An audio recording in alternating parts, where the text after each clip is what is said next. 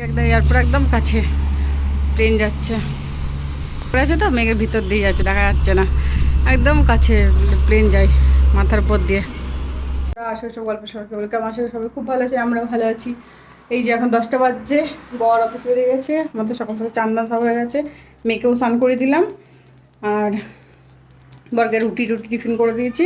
আজকে রান্না করব দুপুরে ডিমের ঝোল করব, আর লাউয়ের তরকারি, ডিমের ঝোল আর উচ্চ ভাজা। এই যে মেয়েকে চান করে দিয়েছি, ও এখন বউ হয়ে গেছে। করব ডিমের ঝোল হবে, আর এখানে হচ্ছে আলু ভেজে রেখেছি, ডিমের আলু ভেজে রেখেছি, আর এখানে লাউয়ের তরকারি করেছি, আর উচ্ছে ভাজা করেছি, আর হচ্ছে ওই লাউয়ের খোসা ভাজা।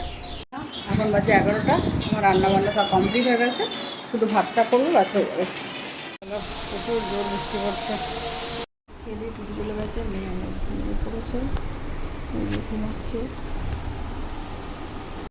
মেয়েকে পকোড়া বানিয়ে দিলাম, অবস্থাতে খাচ্ছে এখন। আর খুব ঠান্ডা, বৃষ্টি পড়ছে, ওই জন্য ওকে ফুলাপি জামা পরে দিলাম। আমার জন্য একটুখানি চা নিয়ে নিলাম।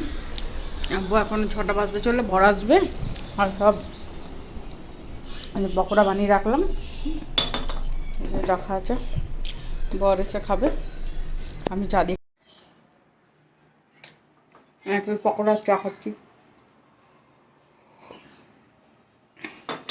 চলে এসছে 7:30, আর সকালে তো তরকারি সব ছিল, এগুলো হয়ে যাবে, শুধু একটু ভাত করে নেবো, ব্যাস।